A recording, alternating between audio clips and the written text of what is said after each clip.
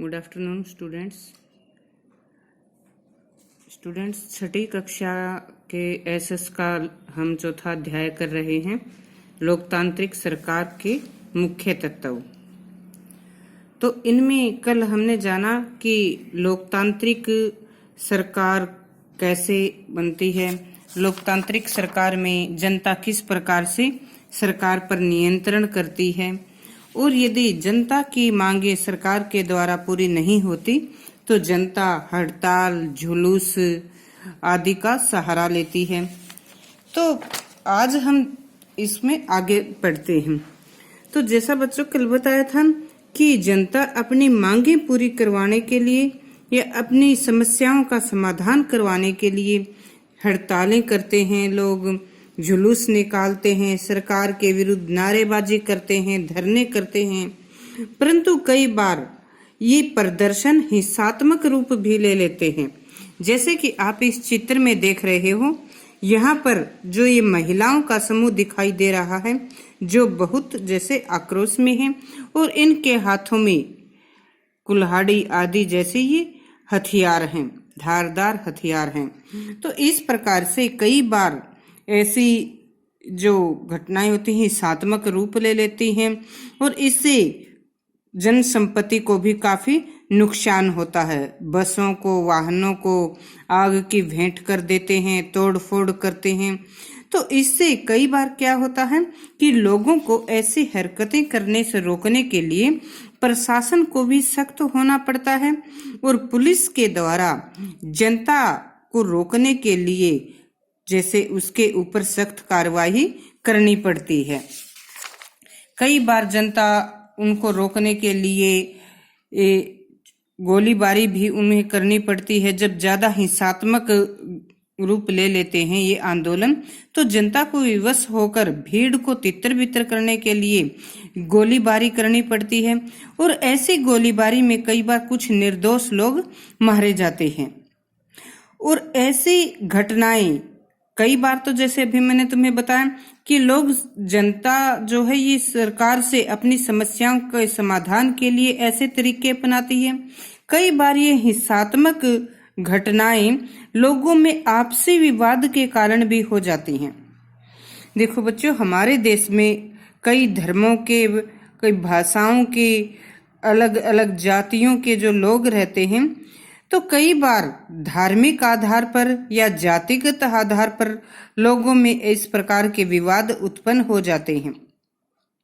UP, Bihar आदि ऐसे राज्यों में हम देखते हैं जहां पर हिंदू और मुस्लिम दोनों ही धर्मों के लोग जहां रहते हैं, वहां पर सांप्रदायिक अर्थात धार्मिक विवाद उत्पन्न होते हैं।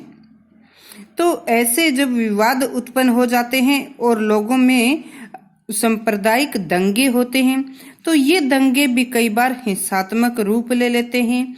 और जब ये ज्यादा जैसे भयानक हो जाते हैं, ज्यादा तोड़फोड़ करते हैं या इससे में लोगों को ज्यादा असुरक्षित भाव लोगों में उत्पन्न होते हैं, तो उस समय भी सरकार के द्वारा सख्त कदम उठाए जाते हैं और पुलिस कार्रवाई के द्वारा ही इनको रोका जाता है।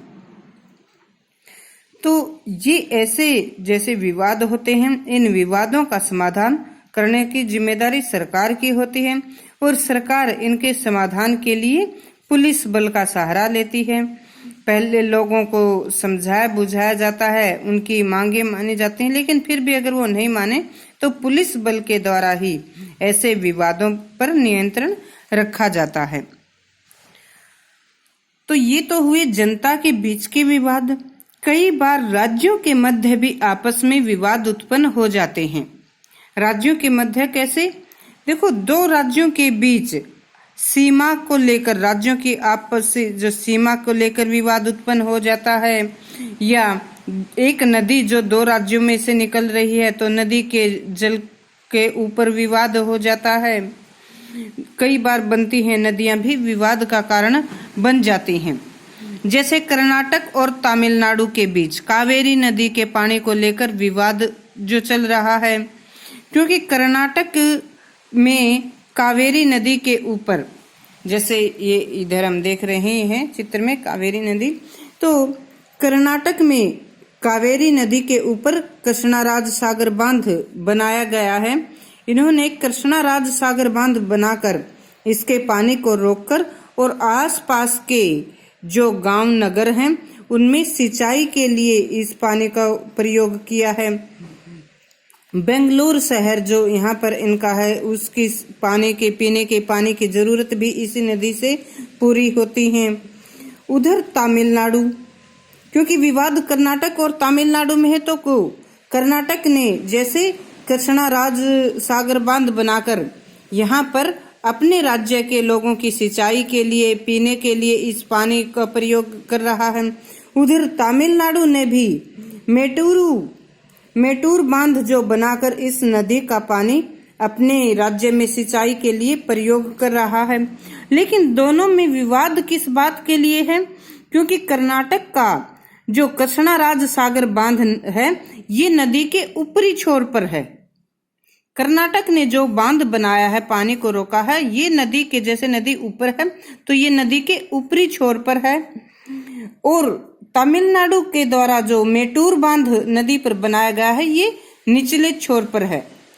तो कर्नाटक जैसे अपने बांध के द्वारा जब ऊपर से आते हुए इस पानी को जब रोक लेता है अपने काम के लिए, अपने राज्यों की सिंचाई के, अपने राज्य की सिंचाई के लिए, लोगों के पीने के लिए, तो तमिलनाडु को वो पानी नहीं मिल पाता, क्योंकि जो ऊपर ही इसको रोक लिया जाता है तो आगे ये पानी नहीं पहुंच पाता। तो मेटूर बांध तक जैसे ये पानी उनको नहीं मिल पाता, जिससे उनमें विवाद उत्पन्न हो जाता है। अब पानी की आवश्यकता तो दोनों ही राज्यों को है, तो दोनों को ही पानी चाहिए, परंतु जब एक के द्वारा इसको रोककर इस पर नियंत्रण किया जाता है तो दोनों में विवाद उत्पन्न हो जाता है। और इन राज्यों के विवाद को जैसे केंद्रीय सरकार के द्वारा इनका समाधान किया जाता है। इसी प्रकार से हमारा हरियाणा है, जैसे हरियाणा, पंजाब, इनमें SYL सतलुज यमुना लिंक नहर के जैसे काफी लंबे समय से ऐसा विवाद चल रहा है।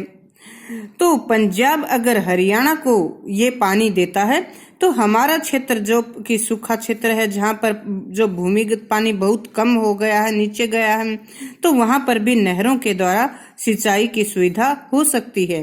तो लंबे समय तक जैसे हरियाणा पंजाब में भी ये जो SYL विवाद चल रहा है, इसी तरह कर्नाटक तमिलनाडु में भी तो कई राज्य हैं जिनमें ऐसे विवाद चल रहे हैं। दूसरा, जैसे मैंने तुम्हें बताया था सीमा को लेकर, तो बच्चों जैसे हमारा हरियाणा पहले पंजाब का ही हिस्सा था। 1 नवंबर 1966 को हरियाणा बना था ना, अलग हुआ था। पहले पूरा पंजाब था, बाद में पंजाब में से एक हरियाणा बना, हिमाचल प्रदेश बना और पंजाब, 3 ये जैसे पंजाब रहा, पंजाब में एक हिमाचल प्रदेश और हरियाणा अलग जैसे हो गई। तो हरियाणा की सीमाओं को लेकर भी जैसे इनमें दोनों में विवाद है। चंडीगढ़ ऐसा ही विवादित क्षेत्र है। देखो, चंडीगढ़ हमारी भी राजधानी, हरियाणा की राजधानी चंडीगढ़ और पंजाब की राजधानी भी चंडीगढ़, तो ये ऐसा जो क्षेत्र है, इसीलिए चंडीगढ़ को केंद्र प्रशासित क्षेत्र बनाया गया है, क्योंकि दोनों हरियाणा और पंजाब दोनों का विवादित क्षेत्र है। तो इस प्रकार के राज्यों के मध्य भी सीमा को लेकर, नदी जल बंटवारे को लेकर ये जो विवाद उत्पन्न हो जाते हैं, तो इन विवादों का समाधान भी केंद्रीय सरकार के द्वारा ही किया जाता है। आगे हमारा टॉपिक है समानता और न्याय। समानता और न्याय दोनों ही ऐसे शब्द हैं, जहां समानता होगी वहां न्याय होगा, क्योंकि न्याय कहाँ होगा? जहां समानता होगी। अगर समानता नहीं होगी, असमानता होगी, पक्षपात होगा, तो पक्षपात के न्याय होगा? नहीं, अन्याय होगा। तो न्याय वहीं पर होता है जहां समानता होती है। तो बच्चों, जैसे पाठ के आरंभ में हमने दक्षिण अफ्रीका के रंग भेद की नीति के बारे में पढ़ा था कि कैसे रंग के आधार पर पहले वहां पर लोगों में भेदभाव किया जाता था। हमारे देश में जातिगत आधार पर भेदभाव किया जाता था, परंतु मौलिक अधिकारों में सभी को समानता का अधिकार दिया गया है कि रंग, लिंग, जाति, वंश के आधार पर लोगों में भेदभाव नहीं किया जा सकता। सभी को नौकरियों में समानता का अधिकार, अन्य सुविधाएं भी समानता के रूप से, सरकारी सुविधाएं सभी को समानता के आधार पर प्राप्त होती हैं। और जाति के आधार पर निम्न वर्ग से पहले जो भेदभाव होता था, अब उनको सवर्ण वर्ग के बराबर ही उनका विकास करने के लिए सरकार के द्वारा उन्हें कुछ जिस तरह से अन्य जो सुविधाएं दी गई हैं, अतिरिक्त जो सुविधाएं उनको दी गई हैं, उन सुविधाओं को हम आरक्षण का नाम देते हैं। आरक्षण उनको मिला हुआ है। तो इस प्रकार से सभी को न्याय मिलता है। लोकतांत्रिक सरकार में सभी को समानता के आधार पर न्याय प्राप्त होता है।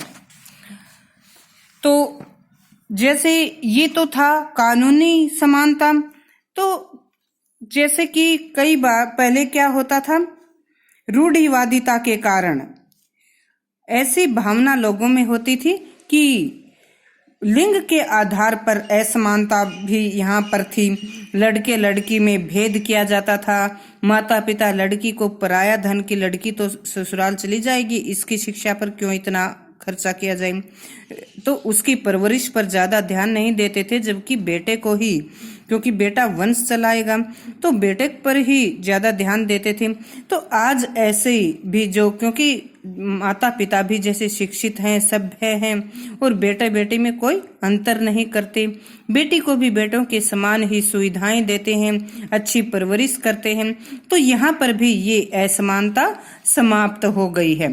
तो आज कानूनी तौर पर भी और सामाजिक तौर पर भी जिस तरह से हमारे देश में असमानता की भावना समाप्त हो गई है, सभी को साथ समान व्यवहार होता है और सभी को उचित न्याय मिलता है।